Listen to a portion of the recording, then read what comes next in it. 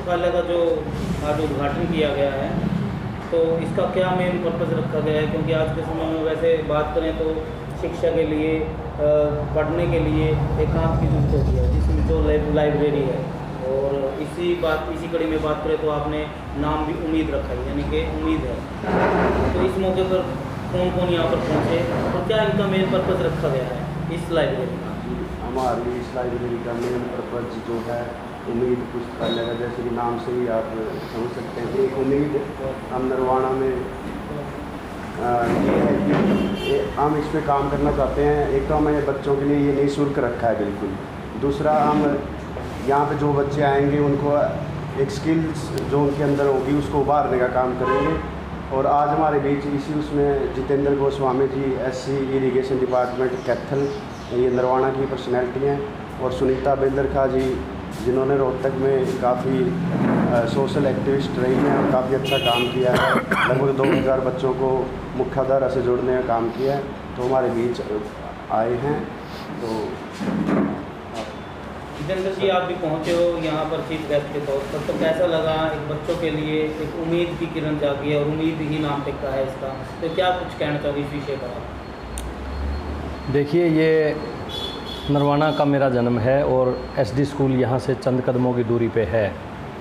वहीं पे मैंने 11वीं तक की शिक्षा ली थी और इन रास्तों से, इन गलियों से मैं भली भांति वाकिफ़ हूँ। जब मुझे जगदीप ने और सुनीता ने इसके लिए आमंत्रित किया कि इस तरह एक पुस्तकालय उम्मीद पुस्तकालय के नाम से है, तो मैंने एकदम हाँ करी कि मैं अवश्य आऊँगा। जैसा कि नाम से ही लगता है, हमें बड़ी उम्मीदें हैं इस पुस्तकालय से। पुस्तकों का महत्व जब से हम पढ़ना शुरू करते हैं और उस समय तक जब तक हम पढ़ सकते हैं, हमारा शरीर साथ देता है, कभी भी ख़त्म नहीं हो सकता, हमेशा ही बना रहता है। सीखने के लिए कोई उम्र नहीं है। और नरवाना जैसे इलाके के अंदर अगर कोई इस तरह का प्रयास किया जा रहा है, और विशेषकर ऐसा कि जिसमें पुस्तकें जो हैं चरित्र निर्माण में भी बच्चों की मदद करती हैं, जो महापुरुषों की लेखनी से विचार प्रकट हुए हैं किताबों के रूप में, उन्होंने दिए हैं समाज को अपने उदाहरण, और जो उन्होंने त्याग किए, उनको जब कोई भी किशोरावस्था का या नौजवान पढ़ता है तो ज़रूर उसके जो दिमाग है और उसकी जो पूरा जो व्यक्तित्व है, उसके अंदर उनका एक अमिट छाप पड़ती है। और जब इस तरह के पुस्तकालय में ऐसी पुस्तकें जो कि विशेषकर प्रेरणादायी हैं, एक वैज्ञानिक सोच पर आधारित होंगी, ज्ञानवर्धक होंगी, ऐसे पुस्तकालय के नींव रखने में जो आज मुझे सम्मानित किया गया है, उसके लिए मैं आप सबका, सुनीता का और जगदीप का अति धन्यवादी हूँ। और मैं ये मेरी मिट्टी है, यहीं पे मैं जन्मा हूँ, इसके लिए मेरे को यहाँ आने में, हालांकि मैं आजकल कुरुक्षेत्र रहता हूँ, मुझे बहुत ज़्यादा खुशी है और मैं इसका हिस्सा बना हूँ और बना ही रहूँगा। सर, क्या हम इस पुस्तकालय से उम्मीद कर सकते हैं कि हमारे बच्चे इस पुस्तकालय में पढ़कर अच्छे IPS ऑफिसर बनेंगे और ऐसी बुकें यहाँ पढ़ने को मिलेंगी जिससे हमारे समाज में कहीं ना कहीं आगे बढ़ने की प्रेरणा मिलेगी, और एक भेदभाव का जो जहर पूरे समाज में चल रहा है उसको ख़त्म करने के लिए बच्चों को बहुत सी किताबें पढ़ने को मिलेंगी? उम्मीद कर सकते हैं। देखो, आपने कहा कि बच्चे IPS बनेंगे। मैं ये मानता हूँ कि किसी भी समाज के निर्माण में किसी बच्चों के अफसर बनने से समाज का चरित्र नहीं बदलता। कोई IAS बने, IPS बने या रेडी लगाए, बात है व्यक्ति के विचारधारा की, बात है उसके चरित्र निर्माण की। अगर एक IPS रोज़ रात को दारू की 2 बोतल पीता है, वह व्यभिचारी है, समाज के लिए कुछ दे ही नहीं रहा, तो आपने IPS बना के क्या खट लिया? किसी परिवार में कितने IPS बने, कितने IAS बन गए, क्या उससे सुधार हो गया? सवाल है कि हमें व्यक्ति, चाहे वो जहाँ है, जिस स्तर पे है समाज में, उसकी एक सोच हो, वैज्ञानिक सोच पे हो। जो आडंबर है और जो आजकल ये संचार माध्यम है, फेसबुक है और इन चीज़ों के ज़रिए से जो आज के हमारे युवाओं को बहकाया जा रहा है, जो सामग्री पहले से ही तैयार रेडीमेड सामग्री झूठ फैलाते हैं, उसको हम वैज्ञानिक सोच पे, तर्क के आधार पर बुद्धि और इतना लॉजिक बच्चे के अंदर हो, वो सब देने में इस तरह के पुस्तकालय का योगदान है। ये पुस्तकालय का कोई उद्देश्य नहीं होना चाहिए कि किसी को अफसर बनाना है।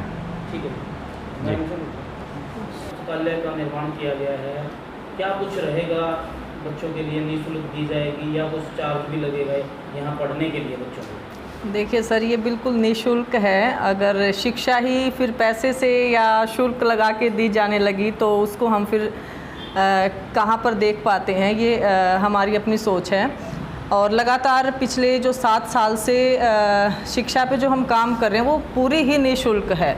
और केवल शिक्षा पे ही नहीं, हम उन बच्चों के हुनर पर काम कर रहे हैं और हमारा जो उद्देश्य है वो ये है कि बच्चा करना क्या चाहता है, बनना क्या चाहता है। हमारी बस एक छोटी सी कोशिश है कि शिक्षा से जोड़ते हुए हम उस बच्चे को एक बेहतर इंसान बनाएं, चाहे वो मज़दूर बने, चाहे वो अफसर बने, लेकिन सबसे पहले वो एक अच्छा इंसान बने।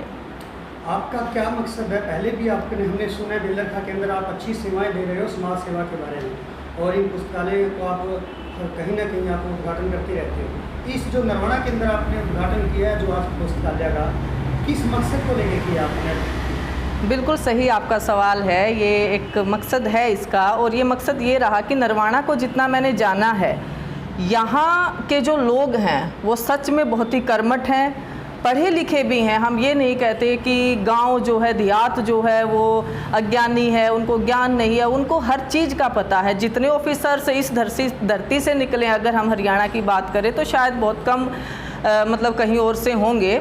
और शिक्षा का जो यहाँ पर महत्व है वो बहुत बड़ा है। दूसरा, यहाँ के लोग पढ़ना पसंद करते हैं, किताबों को पढ़ना पसंद करते हैं, सुनना पसंद करते हैं, और यहाँ के लोग ये चाहते हैं कि कुछ नया हो, कुछ अच्छा हो, जिससे समाज को एक बेहतर दिशा मिले। उसी ताकत के साथ एक और ताकत मिलाते हुए हम उनके साथ आगे बढ़ना चाहते हैं, उनके दुख सुखों को बांटना चाहते हैं, कुछ नया निर्माण चाहते हैं। खासकर इस शिक्षा के माध्यम से मैं अगर व्यक्तिगत सुनीता बेलरखा बात कहूँ तो मैं यहाँ पर हर एक नौजवान के पास एक रोज़गार पैदा करने का स्किल वो पैदा हम करना चाहते हैं। सुनीता जी, क्या मैसेज देना चाहोगे हमारे बच्चों को चैनल के माध्यम से? मैं चैनल का सबसे पहले तो आपका शुक्रिया अदा करूंगी कि आपका चैनल यहाँ आया हमारे उम्मीद पुस्तकालय में और आज ये कवर कर रहे हैं कि हमने जो एक छोटा सा प्रयास किया है उसके लिए आपका शुक्रिया।